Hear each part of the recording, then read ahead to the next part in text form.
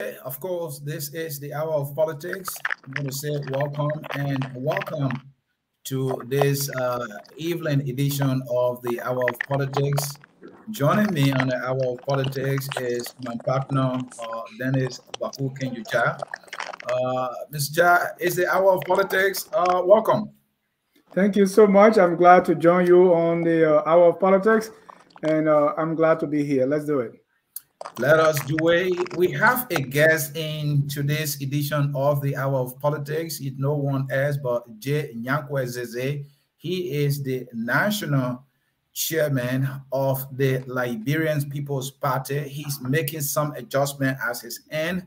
Once that is resolved, we will be bringing him to the screen to welcome him and to go into what is an exclusive with him on the political party LPP.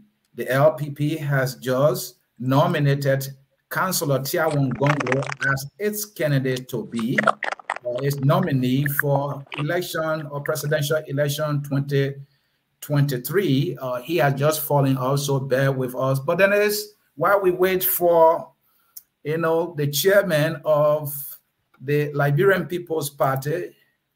This party has been around for so long, and it has been a political journey. People will have their way of characterizing it, but they've been there and they're trying what they can do. Right, and that is correct. The Liberian People's Party started in the post-coup era, as in the 1980s, early 1980s, and we've been following. It has been kind of off and on, you would say. That's not really won the presidential race, but so they are being asked, those of us who grew up in the 1980s, we heard those names. We heard Moja, we heard the Progressive, we heard PA, and of course, we heard the Liberian People's Party. So I'm very glad to have a sit down with someone who was all the way there in the beginning, now at the helm of leadership for the party. Thank you, Dennis. At this time, we'll welcome our guest. He is Yanqui, National Chairman of the Liberian People's Party. Mr. Zaza, welcome. It is good to have you, sir. How you doing? How is the family? Thank you, sir. We're doing fine. All right. We know you just returned to the U.S. to visit family. You have been based in Liberia. I know you said family is fine, but how is Liberia? Your Liberia, mine Liberia, our Liberia. Liberia is fine. And I think we should have hope. We should begin to see light at the end of the tunnel. Okay. If you have watched the politics in Liberia, you do not see incumbents winning.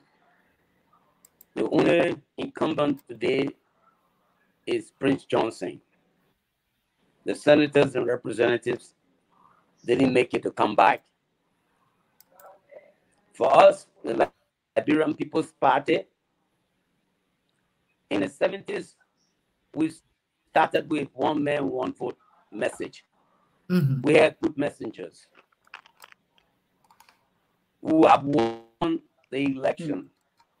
But we all know why and what. All right. And we will get to the why. Hold on, Mr. Sieh. We're just trying to set the basis here. We'll get into the discussion. You said Liberia is fine.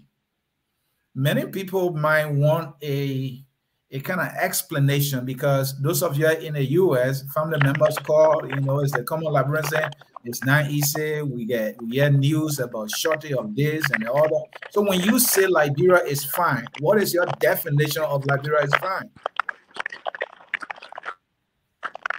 I'm saying if the Liberian people can get together and participate in the vote and begin to demand what they want and how they want to get it, it's going to be fine. They don't have to use force.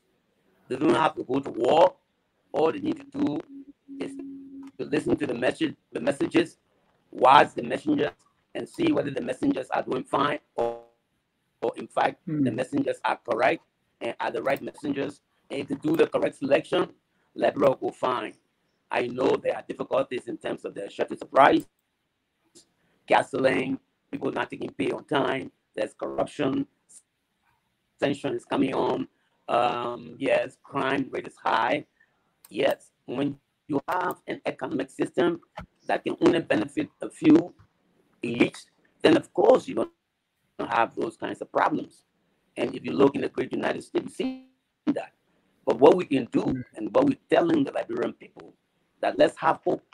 But the way to maintain that hope and accomplish your aims is to make sure to listen to the messages and look at the messengers. If you, of course, let good messengers and listen to the messages and insist that those messengers are the correct one, then you're going to have something good. So we shouldn't worry because 2023 is here. That's why some of us are appealing to everybody. We do not want any more overnight redeemer. Let's wait for 2023. And thank you. George, we are out. Thank you. That's the voice of the Liberian People's Party Chairman, Mr. Zaza. Mr. Chairman, your connection is a little rough. There's feedback. I will urge you to leave and come back and see if that will be corrected so that the audience can be able to hear you very well. And so, folks, in cyberspace, if you are just joining us, this is the Hour of Politics. In the political house today, we have Dennis Ja joining me to, carry on this interview with the Liberian People's Party's chairman, Mr. Yanqui Zaza. We're trying to resolve some technical issue at his end so that you can be able to hear him clearly. And Dennis, I repeated my question because earlier he said Liberia is fine, right? And you get calls and we get all the news, and that's why I wanted to get clarity. But then he said, well, we'll be fine. Right, and that's why we are very much interested in speaking with LPP leader. We're going to go in deep into the history because this party was founded around 1983, 1984. And other parties that are in that same light with the LPP will be the TWP, which is in fact older than the LPP. And then you have other parties like the Unity Party, Lab Loop and UP that have kind of combined into what we know today as the Unity Party. So those will be the three oldest party in the few oldest party in the country. And so Unity LPP. Let's hear from Mr. Sieh again. Mr. Sieh, how's your voice now? Let's see. Do you hear me now? Yeah, it's grinding in the background when you talk. I myself, I'm hearing it grinding. I don't know where it's coming from. That's why I try to shift and I close the laptop because I thought maybe. Did you turn it off completely? Yeah. Turn the laptop off completely. Let's see. Is it okay? No. Yeah, I think it got better. If the laptop is completely turned off, I think it will be okay. I'm not sure, but that's what I think. All right, Dennis, what do you think? Should we continue? Right. Did you turn the laptop off? Yeah, I did that. But let me make sure that. Just a minute, please. All right. All right, folks, please bear with us. We want to get the technical issue resolved. Like Dennis was trying to lay out there, the parties were founded, 1983, 1984.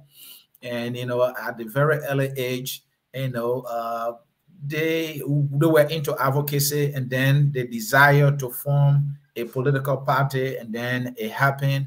And so they have been on this journey, not only for political advocacy, but also for political leadership. But it's obvious, one might think they have not had, any significant success as they have thought they would have. And here we are, and they are still on the journey this time with Tiawan Gonglo. And that is why it is important to go in the history so that all of us can get, a deeper understanding of what they were up to and what they're up to still. Maybe they stay on the same journey. Dennis, it's over to you. Let's see. Right. So, Honorable, so yeah, we still want to go through that history. and we want to see what the LPP has been up to now that we have Councillor Gonglo at the helm of power, or as the standard bearer. What's going to change, and what are the things that we want to see happening? So we take a short break, and we'll be right back.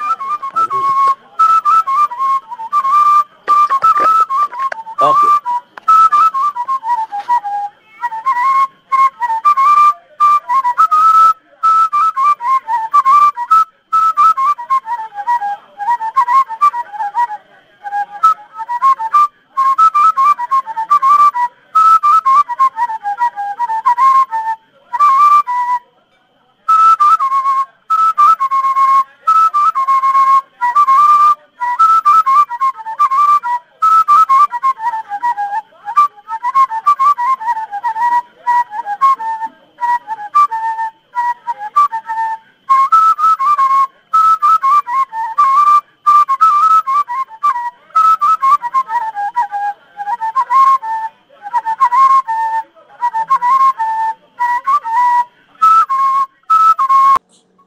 So, ladies and gentlemen, if you are just joining us, this is Focus on Liberia. I am on with Mr.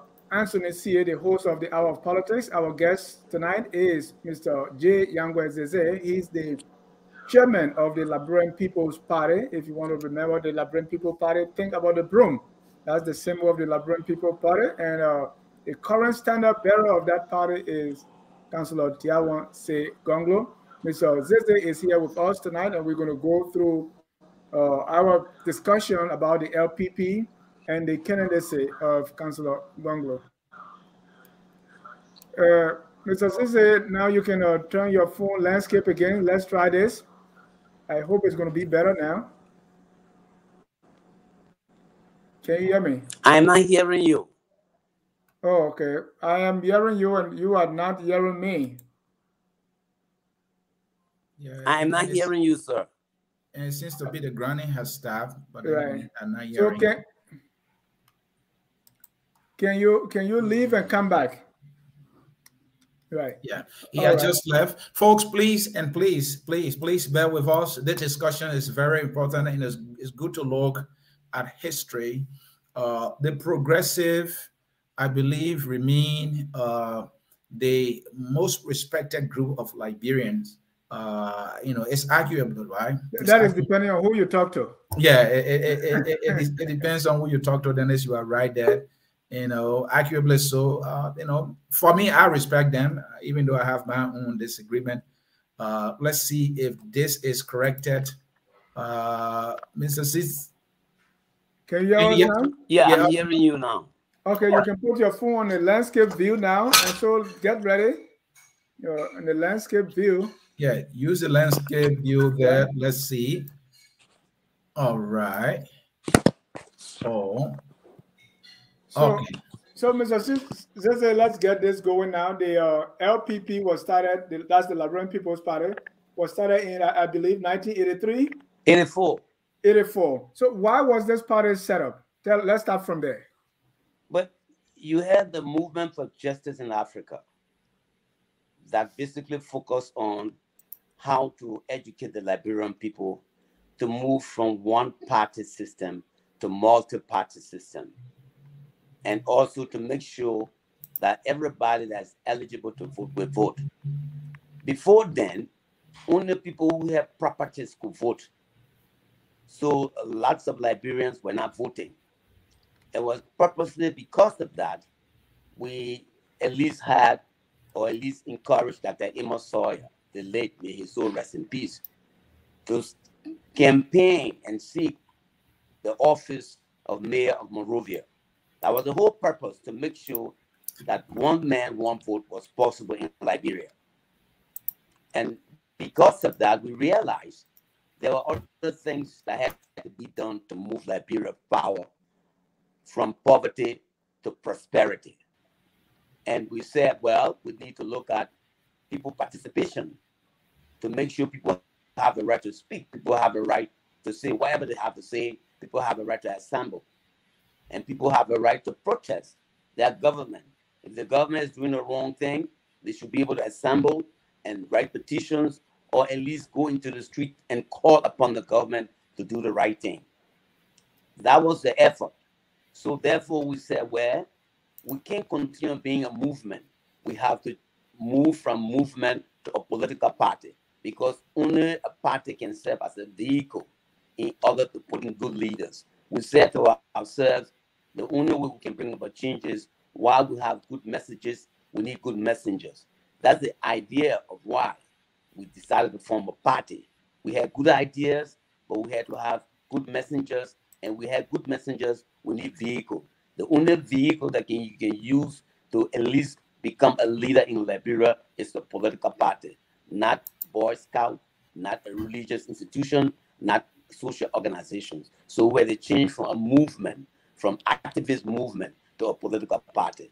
So therefore we organized a political party. And as you are aware, by 1984, before we participate, we were banned because they called us socialist institution.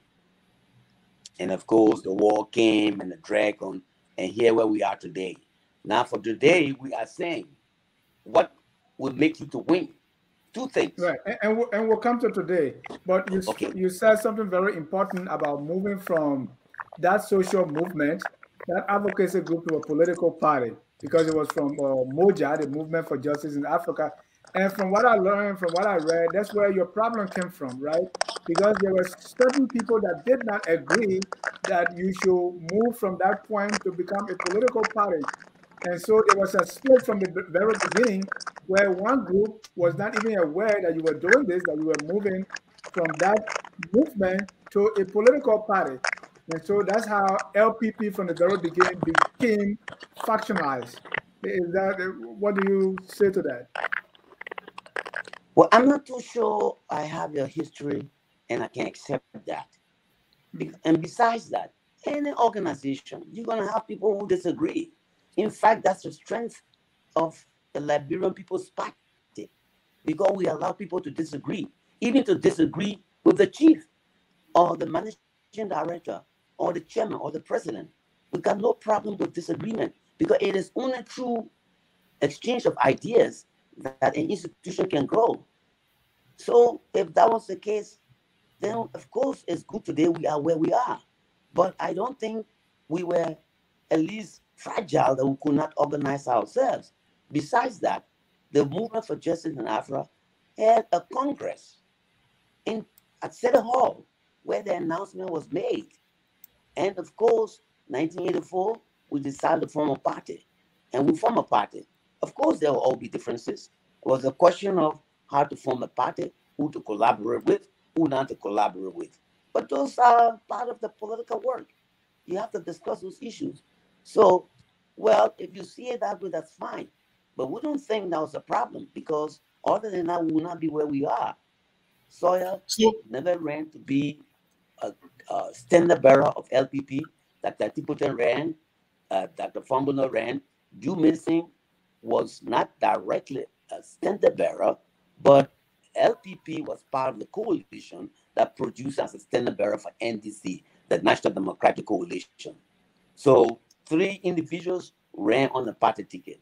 So, and Mr. Zaza, if you look back in your history, in your journey to becoming a political party and trying to seek state power, one can only say event where any achievement politically would be the fact that you succeeded in producing presidential candidates, and that none succeeded, or you did not succeed with anyone in netting the presidency. In fact, one may argue legislatively, we can't tell of any legislator elected on LPP ticket. You can correct me if I'm wrong. So that would be your only achievement politically. Is that correct?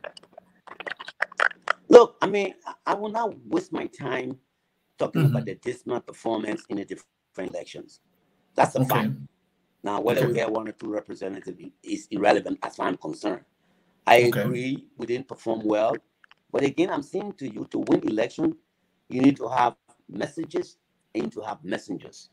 And we all know why some of our good leaders, the Liberian people, did not consider them to be good messengers, and they didn't accept them. We understand that. And that's why today we are proud to have one of the best candidates in this race. And that's why we are proud to move ahead. And that's why we are proud to feel convinced that we will win the election this time around, because we have a good messenger and we have a lot of good messages. That's why we don't go into the debate of individuals or personality. We discuss issues. And if you give me a chance today, I will present some of the issues to you to tell you that we are different. And if I may here, you said you have had good messages all along, and apparently you have not had a much better messenger. Is that correct? Well, you know, in a sense, you could say yes, but no. When you have been labeled as a socialist, a communist, all right, people brand you as a troublemaker. Sometimes it's difficult to at least change that narrative, change that perception. That was a perception. You know, and at that time, Mr. Sieh, if I may, at that time, let's focus on that. Okay. Our people didn't build houses. They said, oh, they're not good leaders. And I was just about to follow up, Mr. Sieh, to say at that time, members of the progressive were predominantly the most educated people at the time. And yet you could not succeed in displaying what was a narrative against you in your own words. And why was that difficult, sir? You were educated. But I'm saying to you, at the time, the Liberian people believe that if you stole money, you hit. If you are corrupt, you're good. If you don't steal, then you're not good. You know, up to today's date. That's one of the time again saying there's nothing wrong with stealing government money. We believe at the time government properties were elephant meat. They're going to finish, just eat. Go there and eat your own. People that didn't build a house, that became a problem. Family that did not build a house, that became a problem. Oh, because they didn't build houses, they are not good people. So that's the narrative. Those who believe in corruption continue to use as reason why our good leaders should not be elected. You know, that's what I'm saying to you. The messages at the time, or the perception was, they didn't steal. Instead, they didn't steal. They're not good leaders. They're not good managers. You know, he doesn't have a house. He doesn't even have a motorcycle. He doesn't even have a car. How can you trust him with the leadership of country? That's what most people said. And most people bought that message. But today, that message has changed. Corruption now is bad. This is why people are running away, because censure is coming. Censure is coming. And now we are in an entirely new era. And if you must win presidential election, one can argue things have to be done a little more differently because we are in different time.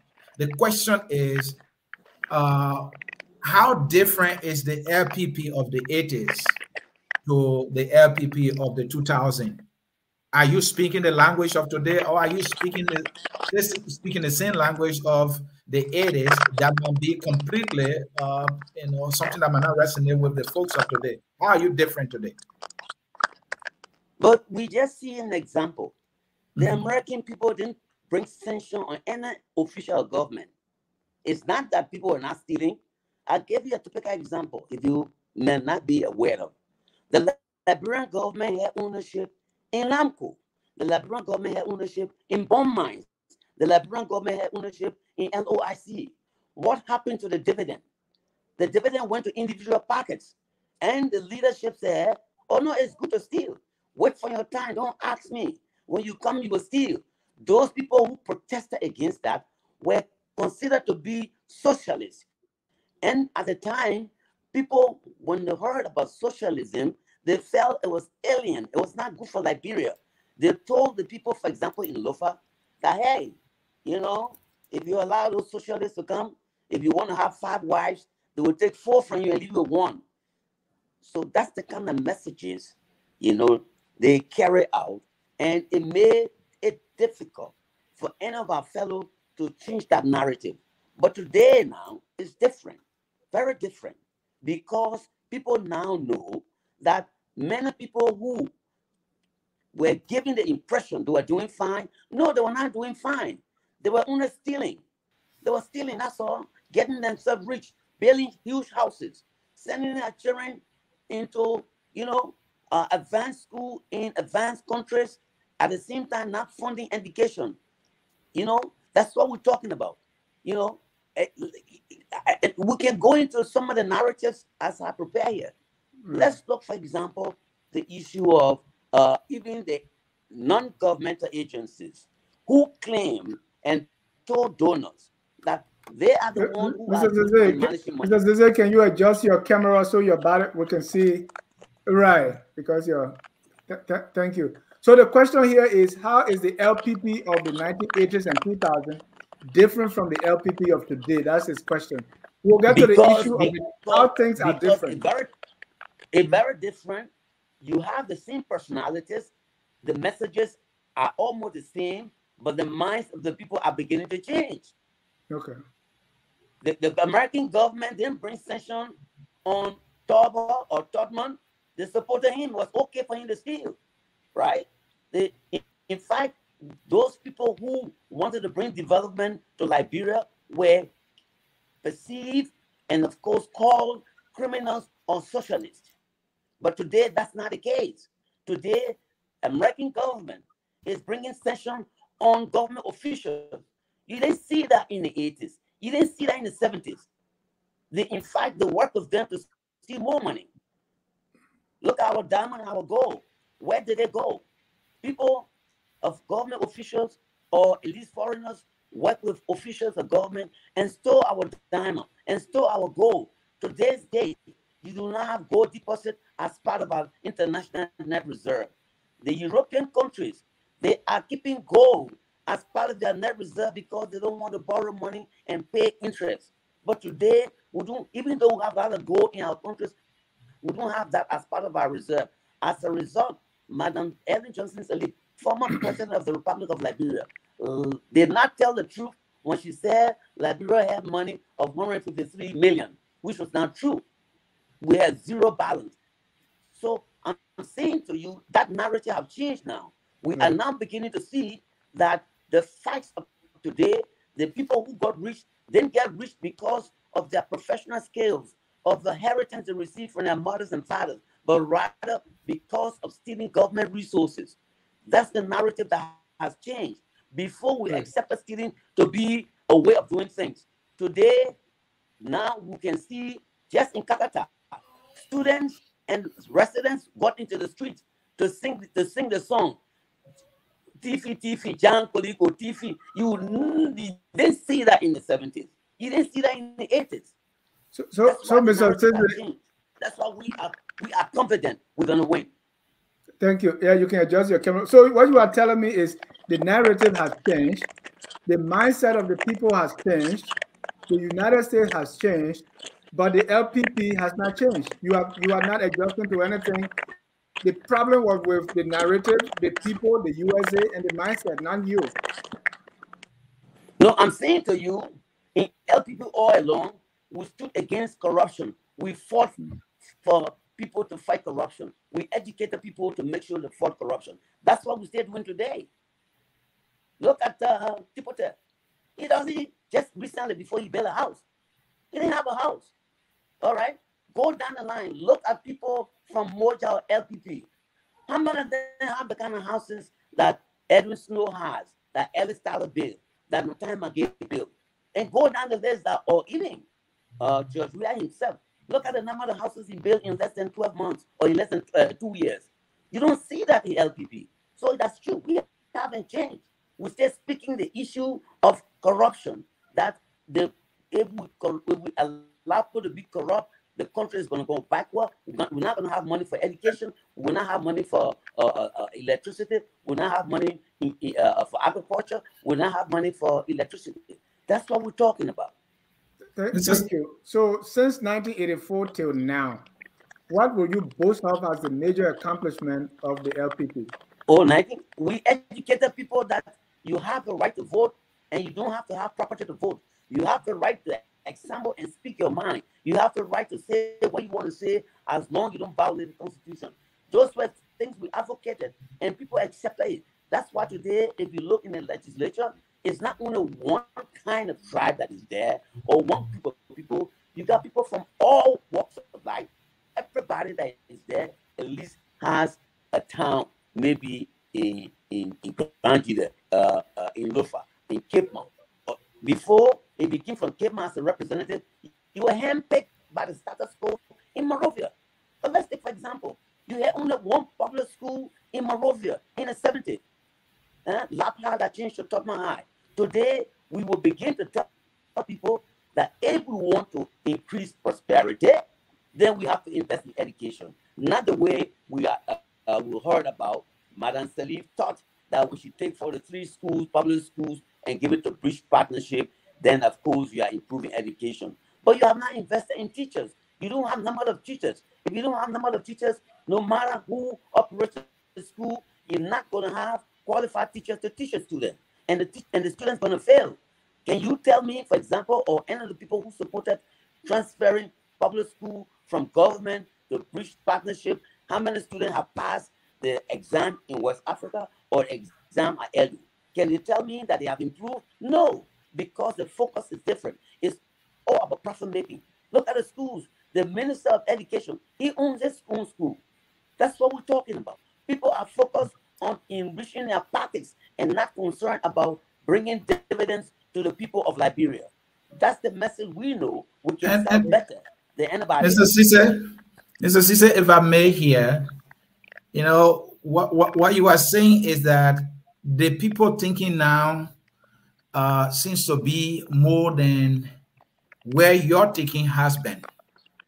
And you are also saying further, they are now having qualms with folks that have,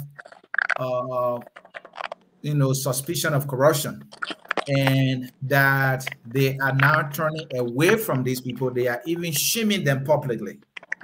What I'm getting from you with this explanation is that you are only hoping that now that they are having a change of mind, they will look your way because their thinking now is coming to where your thinking has been.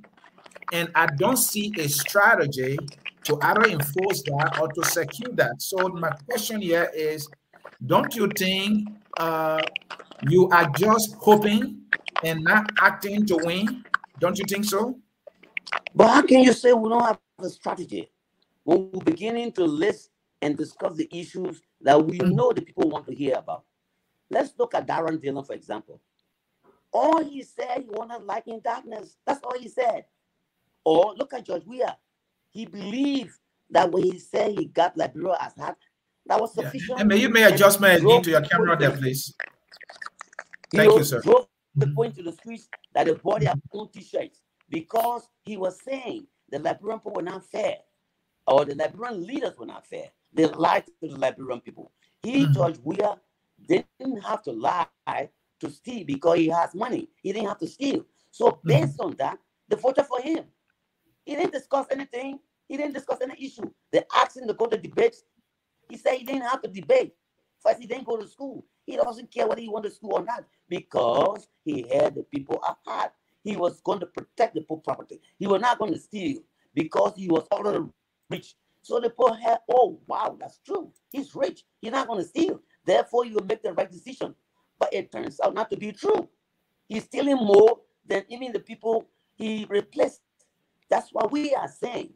Today, the message is advancing, and the messengers might not be Tipote or Boyman family who doesn't have a house, but you have the one Gonglo who everybody refers to as a poor man lawyer.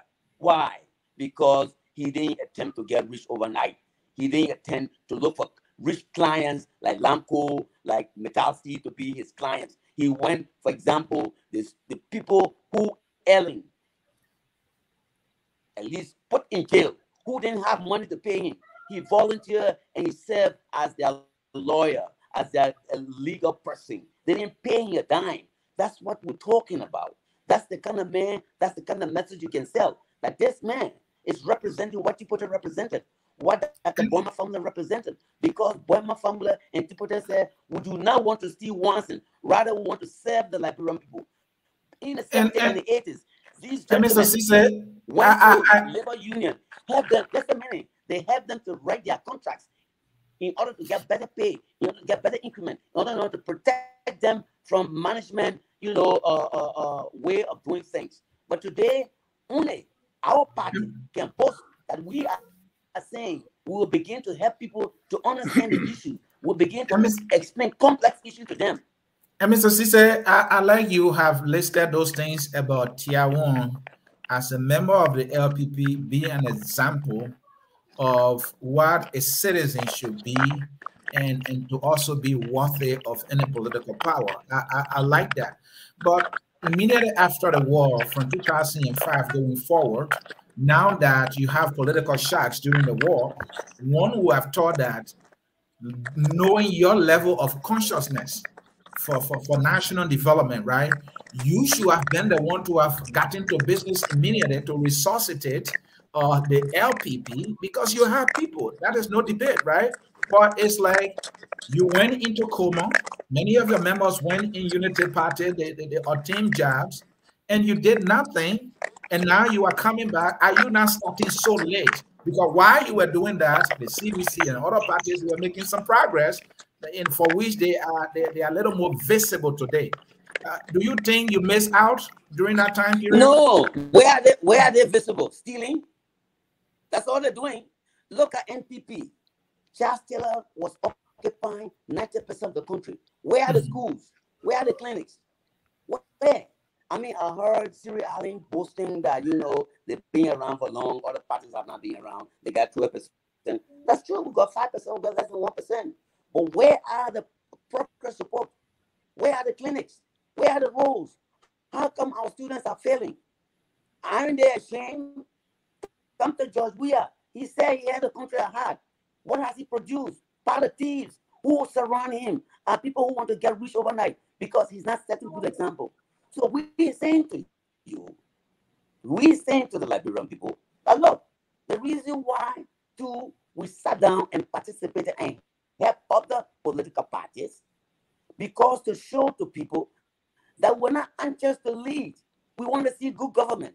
The Liberian people felt that Ellen Johnson Sirleaf, who had international contacts, could do better because first was a lady.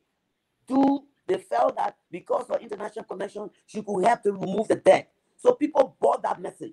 They said, okay, don't fight her. As long as she's going to do what the Liberian people want, let's support her. So you see, we're not in this business. So in supporting a good number of your members, hold on, Mr. Sieh. So in supporting Ellen, a good number of your members substituted the interest of the political party LPP to supporting Ellen Johnson Sirleaf and completely forgot about building the LPP.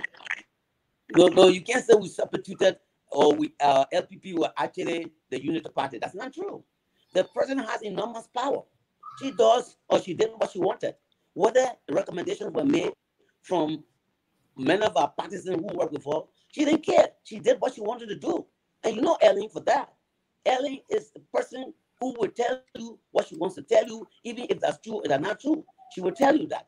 And that's why, for example, we take cue from how she treated people who volunteered to collaborate, that we should be careful to say we rush into collaboration.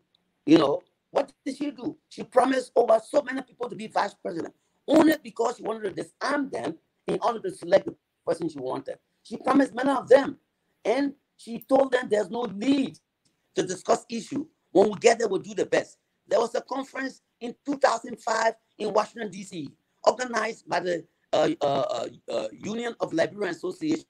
She was the keynote speaker. She promised that after the election, there will be a national conference so we can determine how to move forward. Did she try to organize one? No. That's what we're talking about. So our life, we don't insist that we got to be the leader. We don't insist that we got to be the president. That's why we told people to say, oh, don't discuss issues. Some people will borrow it and implement it and you have no issue. We said we don't care. Let's discuss the issue. I'm telling CDC today, there are issues that we can discuss. If they want to implement them now, fine. If that one will make them to be elected and we are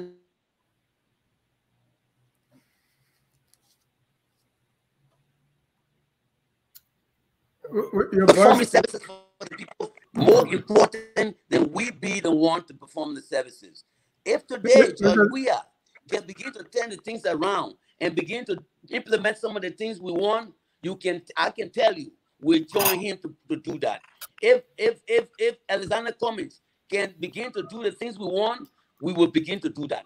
Also, I want to tell you clearly, if there's anybody who has a better record, who is prepared to do those things that he is advocating for, he's not going to run. That's what we are. We're not anxious to be in power, but we want to see the right thing to be done. But we have realized Ellen came there, Shasila came, we all came, represent the pool, but it's doing worse. So we can't sit down forever. We give chance to people for people to break their neck if we use the Liberian balance for that. But that's what we're talking about. We didn't insist to be in the leadership. We said we'll work with anybody. We did that in 1984 when they banned the Liberian People's Party.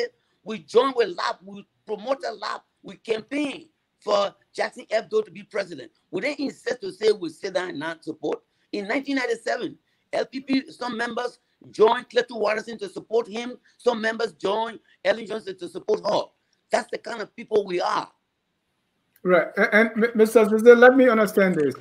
And clearly, 2005, 2011, some of your party's members, your partisans, they left. They joined President Sirleaf. They joined the campaign. They abandoned LPP, right? And some of them today never return, even though you still regard them as your members. Okay, you could have been using that time to build the party, pay dues, but the party went in complete coma. For example, even your standard bearer today was campaigning for Joseph Boakai while we had a LPP candidate, right? So how can you tell us now that you were ready to do anything if you couldn't do it if you abandoned your own house? Watch what we're doing. But watch, okay, I'm saying to individuals made decisions. Some of the decisions are questionable. Obviously, they are questionable. But should we waste our time on that? We are saying if you want the country to move forward, you need a good messenger, or you need good messengers, and you need good messages. We have both. And a vehicle. You talk about a vehicle, right?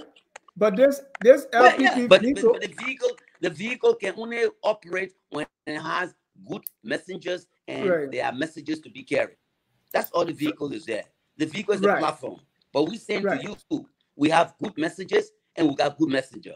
And nobody can challenge our messenger when it comes to integrity. Nobody in this race can challenge him.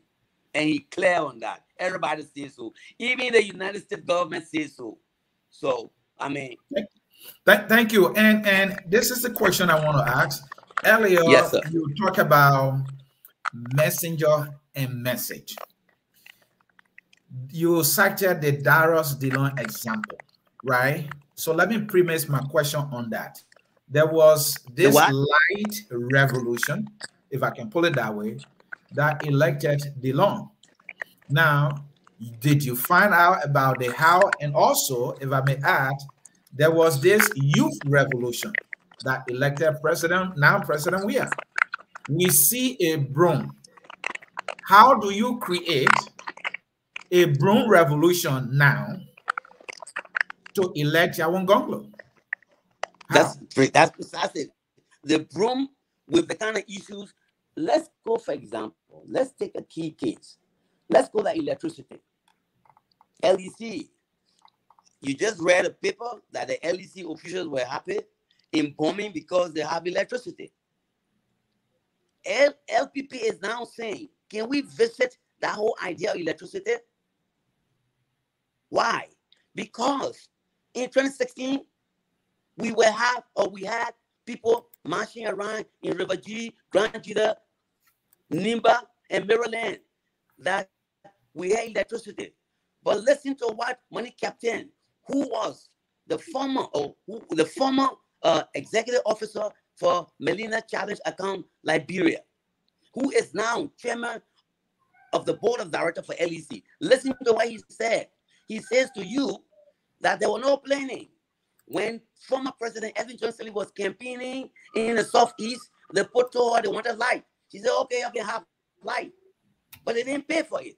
That's why we are indebted for 9.6 million. Now you're going to Bombing County, Bapulu County. Those are two counties that don't have commercial banks. Why? Because they don't have businesses. They don't have industrial activities. LEC, utility company, can mainly exist when you have customers like industrial entities and commercial entities.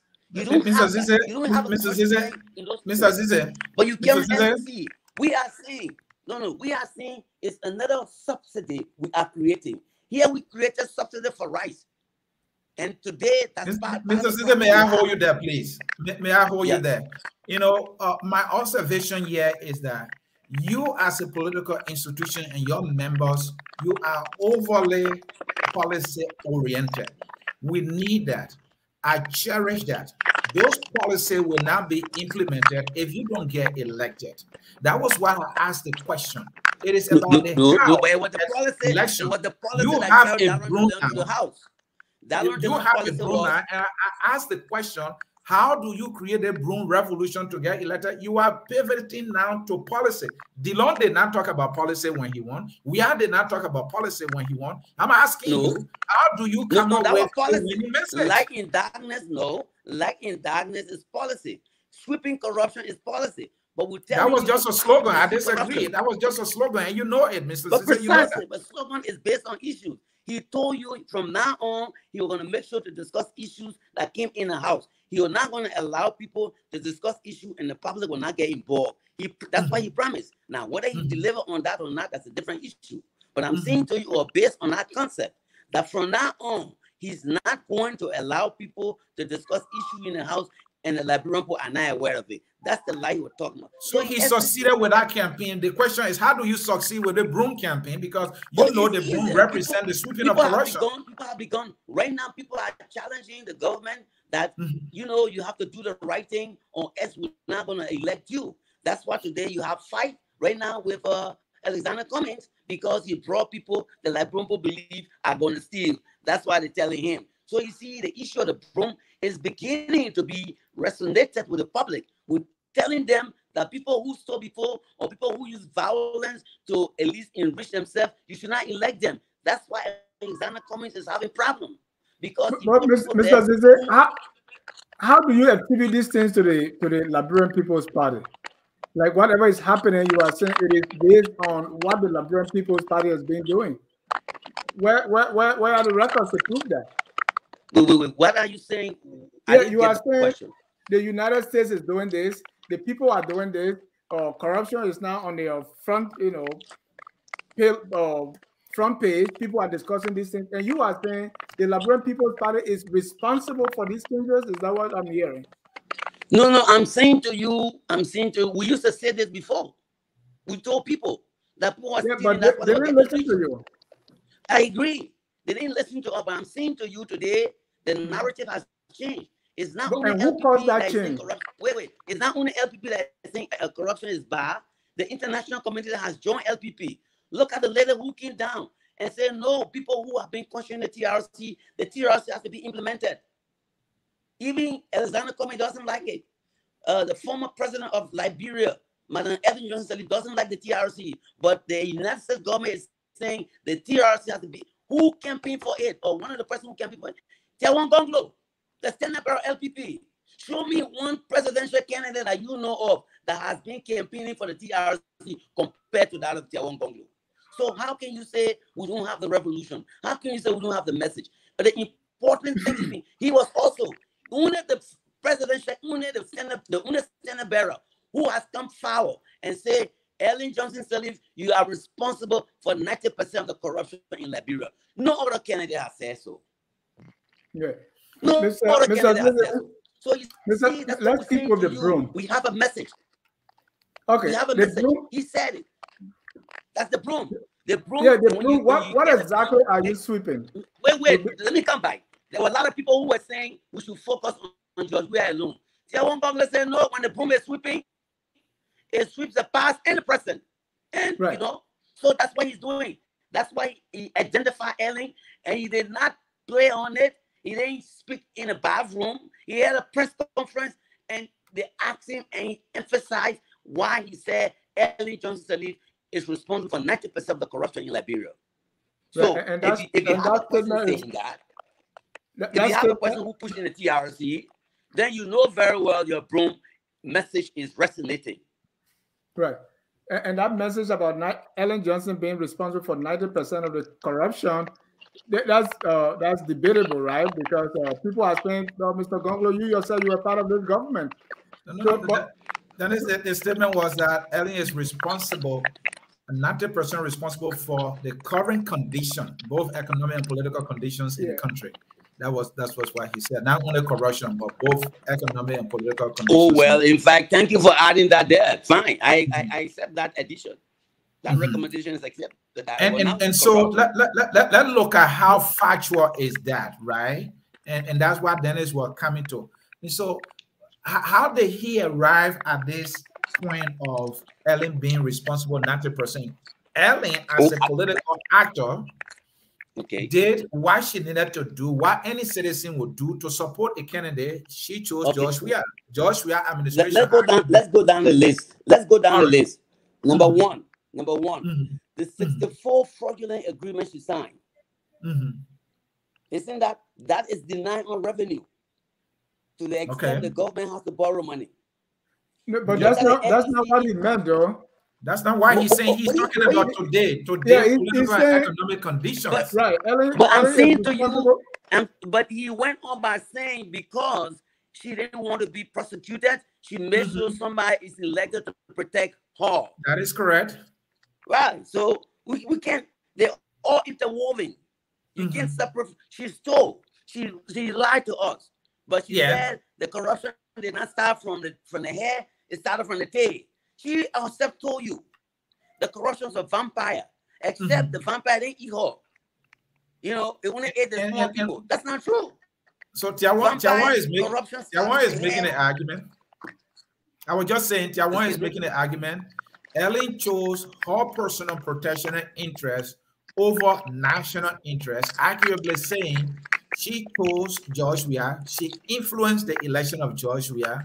George Weah is not a leader, and Liberia is suffering today. And the question I was asking you, what Ellen did or what any political actor or citizen would do, how can you blame that on Ellen when she only had one vote? No, but the Liberian people voted George Weah, isn't it? In a majority. But no, I'm just saying to you, here you have Money Captain, who was the chief executive officer for the Millennium Challenge account / Liberia. He is now the chairman of the board for LEC.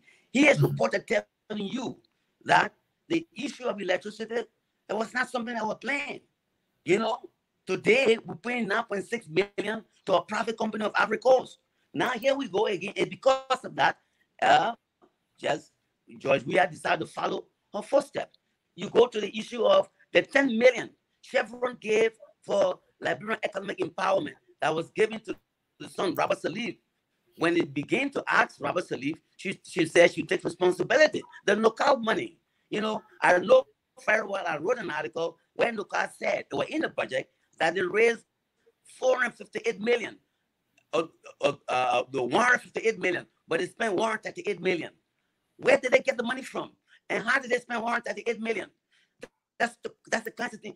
So you can go down and list the issues of corruption. I remember very well beginning of her administration, Afrida Tamba, at the time she was a finance, she announced that the government has in fact paid off domestic debt of 300 million. And Dr. Tipota wrote an article. How come if your budget is close to 200 million, how do you pay 300 million? Why? Because she paid most of the land laws that the government was obligated to. How did she pay? Did she get approval from the law? I mean, from the lawmakers? No. That's the kind of thing we're talking about. In 2012, the IMF reported that 80 million money was spent outside the budget on projects. Today, you can see the evidence that the money was spent. You know, that's what we're talking about. So you can go and list down. Tiawan did not speak in vacuum. You know, he made a general statement, but you can go and list the items of corruption that you can trace to Ellen. Mr. Zaza, And I was coming to ask you a question about the broom, right? The broom you are sweeping. So, and what exactly are you sweeping? Because when I look at waste or garbage, there are different types. There are recyclable materials. There are medical waste. They are construction waste, household waste. What exactly the LPP with the broom is sweeping, and where are you going to dispose of this garbage? We're saying to you, one, that when election is held, first, all officials, including the standard bearer, will declare assets. And every 3 months, each employee who is in a appointed position will declare his or her assets and be audited. One step. Beyond that, we are saying that the government should organize a system where anybody that builds a house within the last 20 to 30 years that is worth, that's my estimate, 300,000 or 400,000, that person should come and provide evidence where they got the money from to build the homes. So right away, you'll be addressing corruption. You leave from there. You insist that all entities should begin to publish their financial statement, specifically LEC, Water and Sewer, NASCA, LPRC. All of these government state-owned entities should begin to publish a financial statement. They are not publishing it right now as I speak to you. And I said that the last time. In addition, is the LPP, Mr. Zaza, is the LPP publishing any financial statement? Oh yeah, we did that. In fact, there's a requirement. You have to submit all your, they call it declaration of assets or statement of financial statement to the National Election Commission. And it has to be published, and we'll publish ours.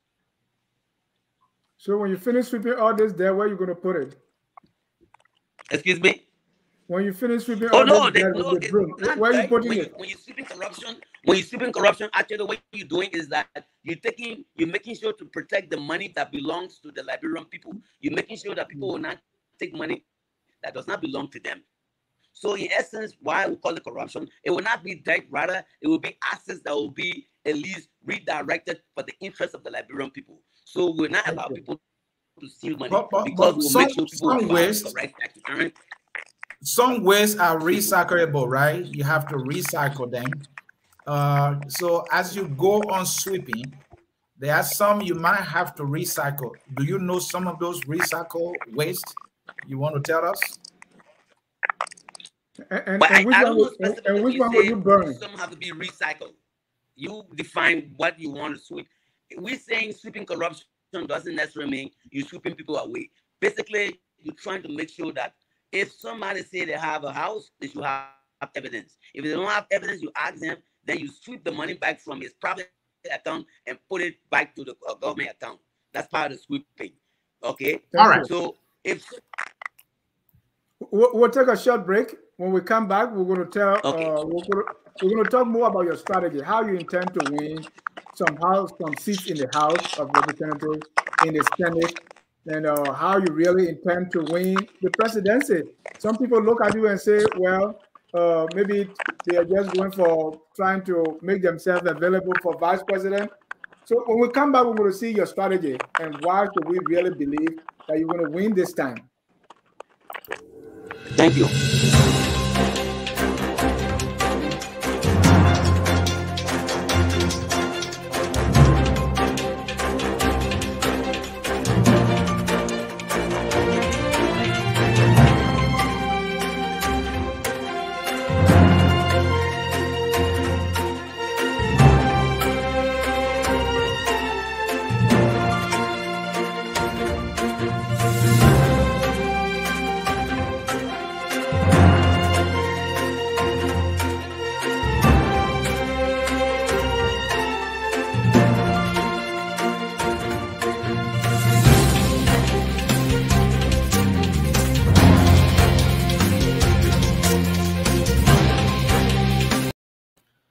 All right, folks, we are back with you here at the Hour of Politics. If you are just joining us, we want to say welcome. I'm Ansony Sieh, along with my partner, Dennis Jar. And we have been in an interview with the national chairman of the Liberian People's Party, The party many of you know to be the Tipote and the Sawyers party, the Burma Feminist party, some of you know it to be. Mr. J. Yanqui is that party's national chairman. I believe that party has been in coma. They are trying to resuscitate it. It took him to leave the United States of America to go back to Liberia, become chairman, started writing, started talking, and here we are. They were able to find a nominee in Councilor Tiawongonglo, a Liberian who many believe has an impeccable character, and they are pushing him to be president of Liberia. How are they going to do it? Through collaboration? Are they going single? I mean, what I mean is, are they not going without collaboration? Do they have what it takes in terms of strategy to win? They have not won any elective position in its history, if I'm not mistaken. Will they get one this time at the legislative level? Well, he's here and he's in the hot seat, and here we are. We go back to our guest. So the campaign was very soon start early, next year or sometime in next year. You have your candidate now. We understand he's coming back to the U.S. He's coming with some muscle this time. He got your blessing. Money is one thing. I don't want to query you more so about your plan. We heard about your 10-point plan we read over and over. You've been trying to explain that. But let's talk about money. That is one deficiency you will agree you do have. What is the ways, what are the ways, sorry, that you're going to raise money to get Clearone elected? Talk to her about the money. You are a money man. You know numbers. Money. That's correct. That's the mistake we're making. And that's the perception we have to change. If we insist that we got to be bribing people to vote, then we're not transforming Liberia. We're not transforming Liberia. It's not bribe. Your candidate must register. You must put boots on the ground to go to my ground crew to campaign. You need all the things. You see, we in the 15 counties, we got people there, mobilizing people. And if you follow the video, they need transportation, Mr. Zaza. You can't say there's no money needed. You need to pay their way. They have to eat. No, I'm not saying but the kind of money you guys talking about, you're talking about millions. We didn't call any figure here. We're talking you need money. That depend on money. Look what happened during the 1980s. Did Moja have money? No. But the messages like they sent out and they brought people into the. But that message did not win you election. That message did not win you election. Political parties are organized to win elections, so you need to win, and you need money. If to win election, you need the people. The win election, you need a. During George Weah time, most of the children, most of the followers, they bought their own t-shirts. They walked to the party headquarters. They went to the street and demonstrated for George Weah. Because there was a revolution at the time, and you have not created one yet. That's what we're saying. We got a revolution, which is the broom, and you don't want to accept that. That is the broom. I don't see the wave. I don't see the wave of the broom revolution. It can't come overnight. But let me tell you, the fact that American people has joined us, that should tell you the broom is working. The message is resonating. We are in fact telling sometimes some of the officials that they are also encouraging the government officials to steal. And we are reminding them that they have a responsibility to work on this issue of corruption. For example, let's look at the rest issue. You got African Development Bank, for example. How come the African Development Bank that lent money to Liberia or is a creditor, or the World Bank that's a creditor to Liberia, the government of Liberia should appropriate 11% of its budget to produce rice? How come the creditors and the economic advisor are not telling the authority to do so? And if they fail, why do they continue to give them money? So you see, that's part of the revolution we're talking about. We are telling key players that, look, if you say you the World Bank since 1943, you say you are there to fight poverty. And one of the things that can increase poverty is the shortage of food. And if the African government or African leaders went 2011, 2014 and promised that it would appropriate 10 to 11% of the budget to produce rice, how come you, the World Bank, our economic advisor, at the same time our creditor, How come you're not insisting to tell the government to follow their own rules and regulations? And that is beautiful. Thank you. Also, and that is beautiful, Mr. Sieh. Wait a minute. You see that part of the corruption? The part of the Mm-hmm. corruption. We're telling African Development Bank, why should you continue to give money to government that not respecting the rules of the game? And the rules of the game, one is that they promise to increase the budget for agriculture. How come they're not fulfilling it and you continue to give them money? Why are you giving them money when they're not fulfilling their own promise? We also go to the NGO. You told the world, you told the world that you're not corrupt. Government officials are corrupt, and therefore they should give you money. 10 billion came to Liberia between 2006 and 2017, 2018. How come that you can't see evidence that the 10 billion show anything? Why? Why? We see this. That's what we're saying. The corruption angle is gonna resonate because we're taking on issue. We are telling property owners in Monrovia, including a religious institution, how come the price of or the cost of renting continues to go up? In 2003, we agreed that landlords increase their prices. But inflation is everywhere, Mr. Sieh. Fine, but you see, exactly. But who is focusing on it? It's LPP. You say we don't have a message. We are telling people we got messages to give out, and it's going to resonate because we're going everywhere talking about it. You know, whether it's NGOs, whether it's the World Bank, whether it's the government officials, we are prepared to address the issue of corruption. We are telling our international partners, you cannot continue to help people who are not putting the money in the right places, who are using the money for their personal gain, and you don't do anything about it. Thank you. We tell them we have to work together, and if you want to help Liberia, you in order for you to win, you need to join other political parties. You need to join people that have been operating for some time now.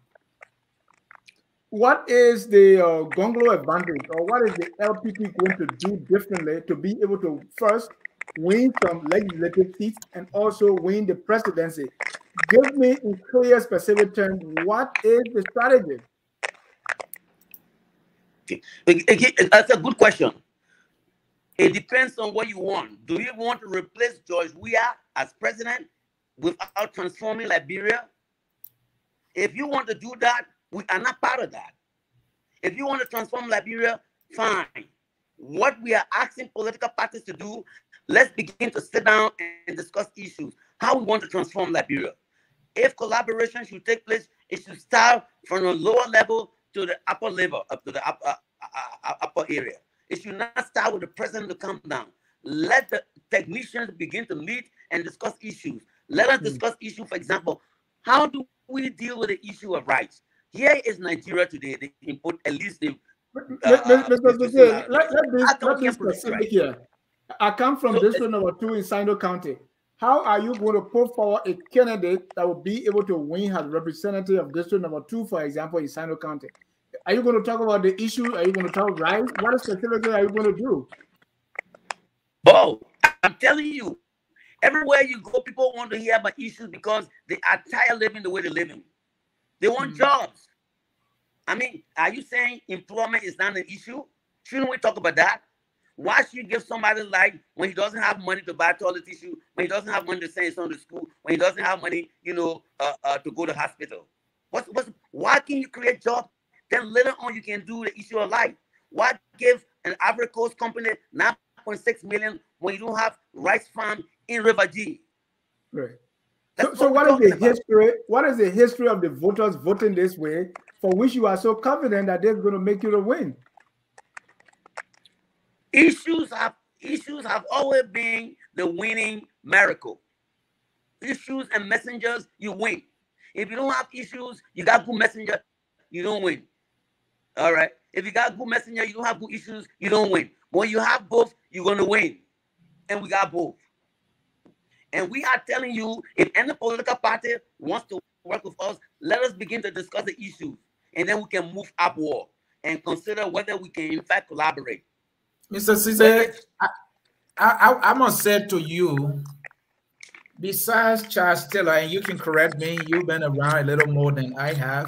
Besides Charles Taylor, I don't know of a Liberian president in recent history who contested and won for the first time. If Tier 1 is to win, they will be out of the ordinary. The Why question not then? is, where will the numbers come from this time for a first-time presidential contender to win that political victory? I mean, let me ask you one question. Maybe Please do you know how mad the Liberian people are? How frustrated they are?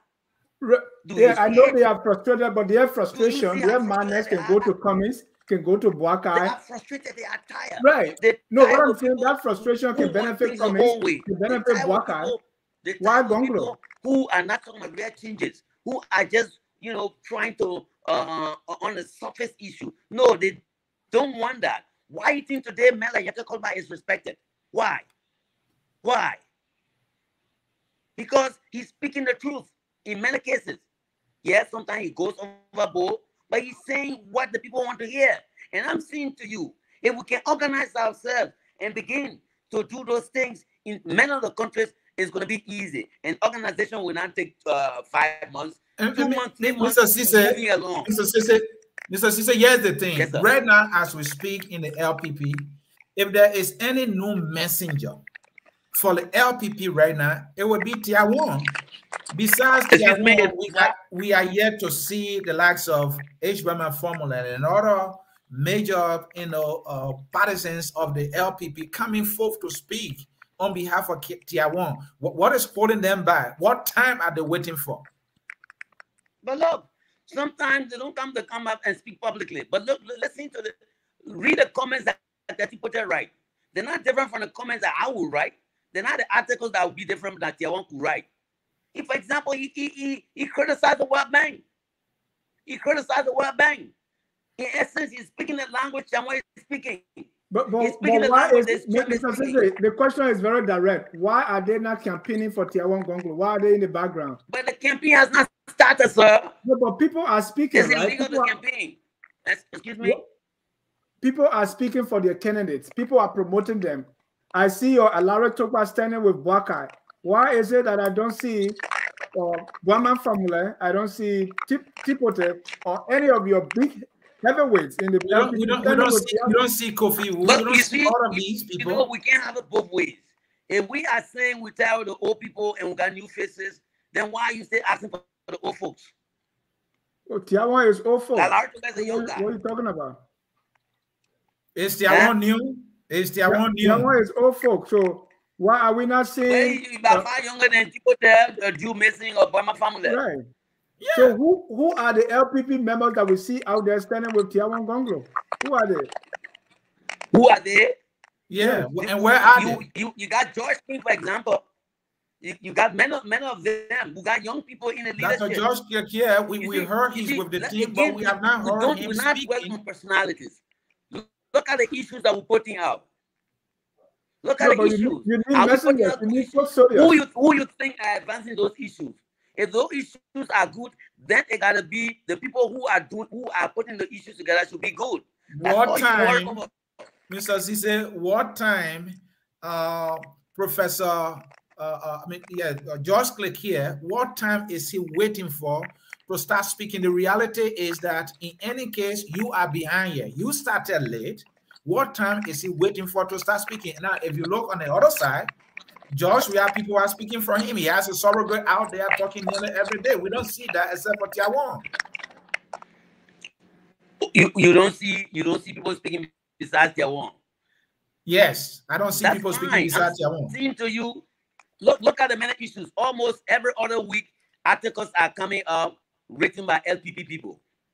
We are not a reading society, Mr. Sieh. I appreciate the articles. I read them, Dennis read them, but how many Liberians read them? So you got to diversify your message in media. Okay, I'm saying to you, and it's not one person that read no articles. I'm saying to you, we have people, and don't worry about personalities because that can come at any time. The fact that you have that done, it tells you that people are there working. Look at the biometric system. It is only LPP that came out to challenge it to the extent that the people believe what we wrote. They didn't challenge it. Okay? And I'm saying to you, that's what we're doing. The LEC, the Liberian Electricity Corporation, we don't want to write the article and send it and beg the ambassador to kindly ask LEC to publish financial reports. Nobody did that. We are the one that wrote lawmakers to Mr. tell them Sieh, that, can look, you adjust your camera again? You are falling off. Bank, whether the loan they're giving us is the loans are freebies or they are loans to be paid back. We are the only people that wrote the lawmakers to tell them that, let them tell the World Bank to make a decision. If it wants to be an adjustment to your camera. Mr. Sieh, please adjust your camera. You are on the side. All right. Here's my question to you. Before Councillor Gonglo could come forward as a presidential candidate, there have been many groups, some in the United States, that have been working very hard. Now that he is the standard bearer of the LPP, how is the LPP, what are they doing to incorporate those groups? Are those groups part of the LPP? So we're working together. We are working together. We are working together. In fact, in Monrovia, we will be using one office. In many counties, we'll be using one office. There are some places that we're working on. That's the point. And a lot of people don't know that. You have a lot of groups, like, for example, you got 6 different groups in the USA that have been supporting Tier 1 that basically are going to become LPP members. So you see, the work is done. That's why I say don't focus on individuals, because those things can come easily. A lot of people are going to come on board the moment they see that the message is resonating, and a lot of people are joining us. You'll be surprised, you know, that you know, we move forward. It's less than a year, just a couple of months for campaign to start, and you are still speaking in the future. What future? You see what we're doing. You see our campaigning. You see our visiting places. I came here. I had citizen engagement. I'm having more. Tier 1 is moving up there. The party is having meetings. They go to the IPCC meeting. They go to the NEC meeting. They come up and write on issues. When issues are there, they address it. All right, Mr. Sieh, may I ask you? You throughout the interview, you've been bringing up issues, and that's what we do here. But we just wanted to go a little more into your political journey to give people, you know, a unique sense of what kind of political party we are talking about here. So, speaking of issues, you now bidding, you know, a base in the United States, to be specific. Many of these Liberians, according to the National Election Commission timetable for voter registration, the diaspora base is completely excluded, meaning they don't have any option now to register here in the U.S. They are Liberian citizens, and they should also be able to vote here. This is constitutional. This is also by the National Election Commission law. Have you been able to raise this issue? Because you may well get some votes here. What are you going to do about that? That is a very significant thing you need to look into. Are you looking into it? Yes, we have looked into it. It's not going to be 2023, I can be frank with you. Because even in Liberia, just to have the voter registration clean, you have problem with that. So it's going to take some time. I know when I was in the U.S., that was a big issue we took on. But the issue was, even in the communities, do you have a good list of all the Liberians? Do you have? People are moving. One day someone is in Brooklyn, the next time the person is in Minnesota, and they stay keeping their home. For example, there was one county where somebody lives in a state that was 20 miles away. 20 hours drive away, and that person claimed to be registered in our account in a particular state. So you have those kinds of things. We'll work on it, but it's possible. It's going to come because other states, other countries are doing it. So Liberia will do it. It's just a matter of time. Thank you. Talking about issues, one issue that has persisted in our country is the shortage of rice on the Liberian market. Quite recently, we saw the yo-yo in Monrovia. People are in the streets sleeping there for rice. What is the Tier 1 Sieh Gonglo government going to do to solve this issue of rice or food insecurity once and for all? Well, again, that's what we're saying on the rice issue. If you have a government that says, look, we're going to work with the rural residents, right, to begin to produce rice and meet the declaration that we signed in 2011 in Maputo that we appropriate 10 to 11% of our budget for rice. If you did that, and you say, look, you're going to have cooperatives, okay, to begin to produce rice. You're going to offer machineries. You're going to offer money, but it will not come from the government. It will go through the commercial banks, right? And the commercial bank will give the loan up. But you will insist that it has to be done based on the business principle. That is, you're going to have some records. You're going to maintain a projection, feasibility study to see if it is possible. Those things will be done. It is possible to, I mean, the population is not huge, and we got good land, we got good soil. It's just a question of commitment. If former President Ellen Johnson Sirleaf and former Vice President Joseph Newman Boakai had worked hard, you had an opportunity in Lofa, the Lofa project, that will be a beginning, and we can start. Nigeria is producing rice. Ghana is producing rice. Mr. Sieh, you're going to the past government. What will Tiawan Gonglo government do? You are going to the past. But that's what I'm saying to you. I'm telling you, we're going to appropriate money. We're going to make sure to live by the Maputo declaration, appropriate 11% of the budget. Okay. And that budget money will be given to the commercial bank. The commercial bank will now work with the rural communities, but they will organize themselves into cooperatives to make sure that it's not one person, rather a group of people who come together and produce food. And then you produce employment, you know. And then of course you increase the taxes, because as you produce more rice, people will be paying taxes on it. So you don't have to waive the tax that you waive on rice importation. You don't have to subsidize the importation of rice anymore because you'll be producing food. That's what we're saying. The policy is that. Toba did it. Toba started it. We can continue to do that. There was an agricultural development bank. Thank you. All right, folks, if you are just watching us or joining us, this is Focus on Liberia. This is the Hour of Politics. Our guest is Yanqui, Sieh, National Chairman, the Liberian People's Party, taking questions from us. His party has an aspirant presidential hopeful, Tiawan Gonglo, who is to run for the presidency comes 2023. And he, as a party chairman, is taking questions from us on their effort in getting Tiawan Gonglo elected. Time is fast spent. We will get back to our guest here to get his closing statement. And Dennis, if you don't mind, I don't know if you have any other question so that he can give his closing statement. So, Mr. Sieh,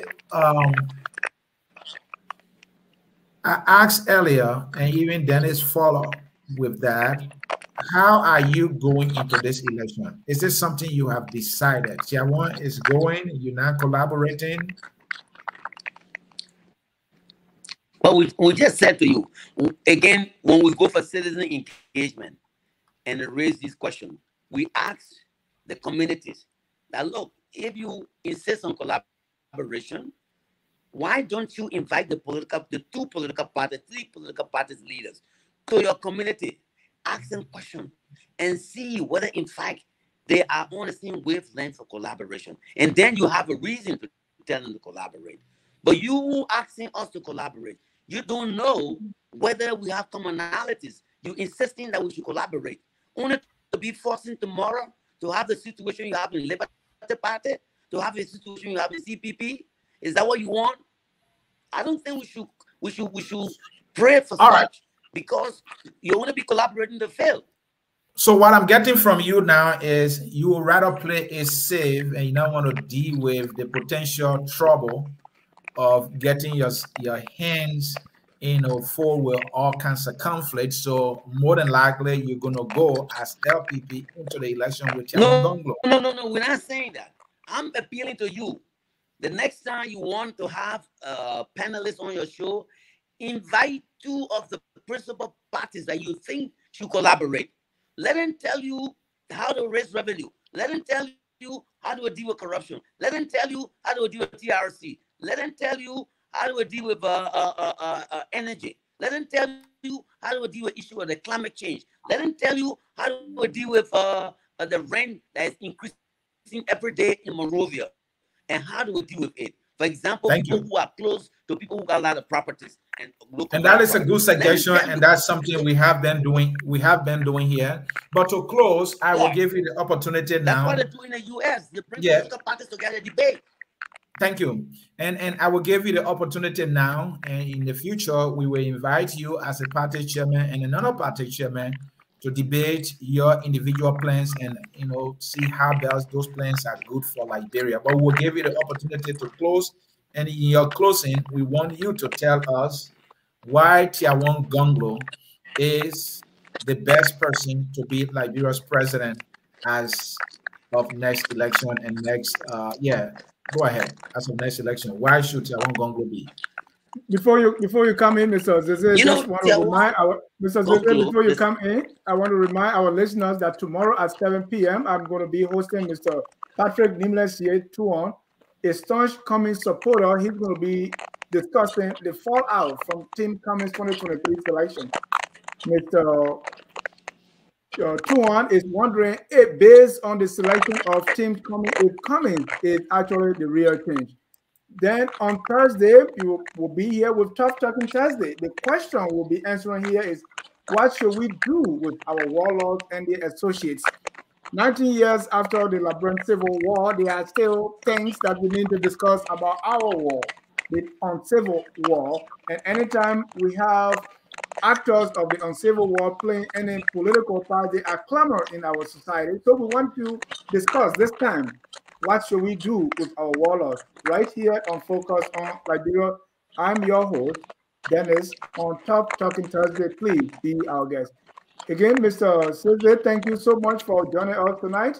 At this time, we will get your closing comments. Please look in the camera and tell us why Councillor Gonglo is the best candidate and how the LPP is going to accomplish this task to put Gonglo in the executive mansion.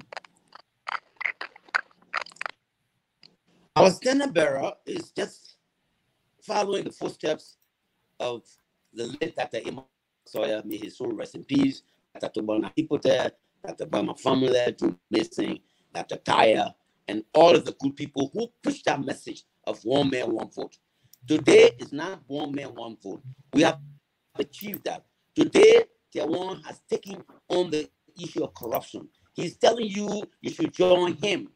Let's clean up this corruption. Because corruption, if you allow it, you will not send your children to school because we'll not be able to pay our teachers, we'll not be able to build school buildings, we'll not be laboratories, we'll not be libraries.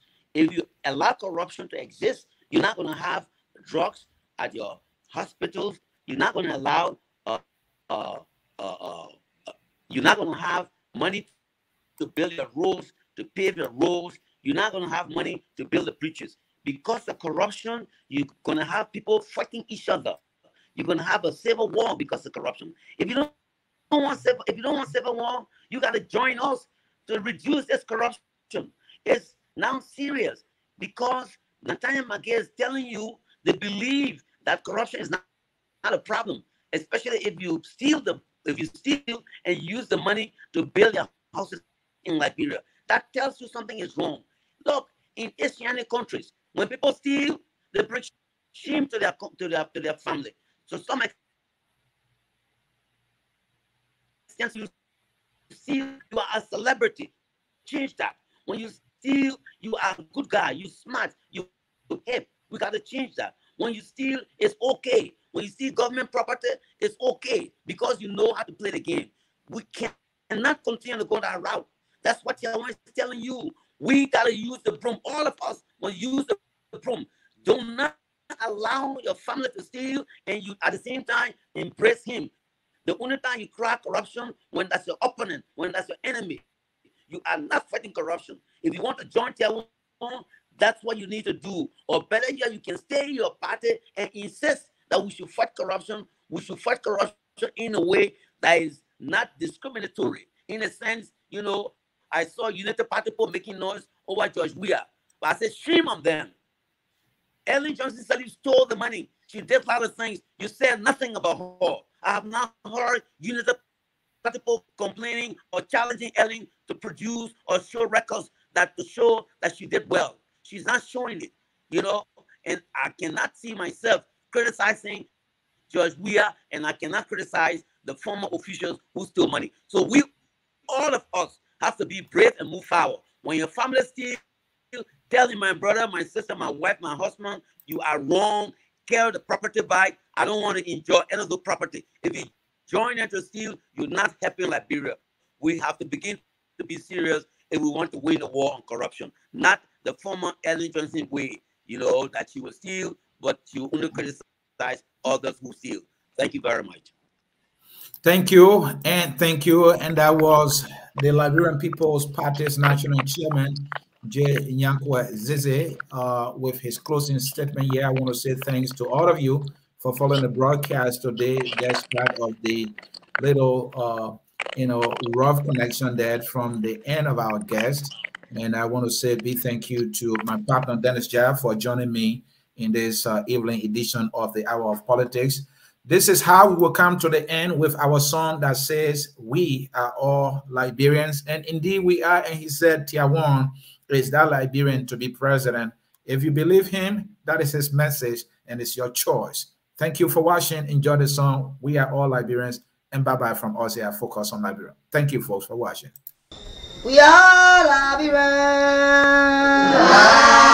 Liberia is our home. Liberian people. Even you may say all we want. Liberia, oh. Even you may say all we want. Liberia, Liberia.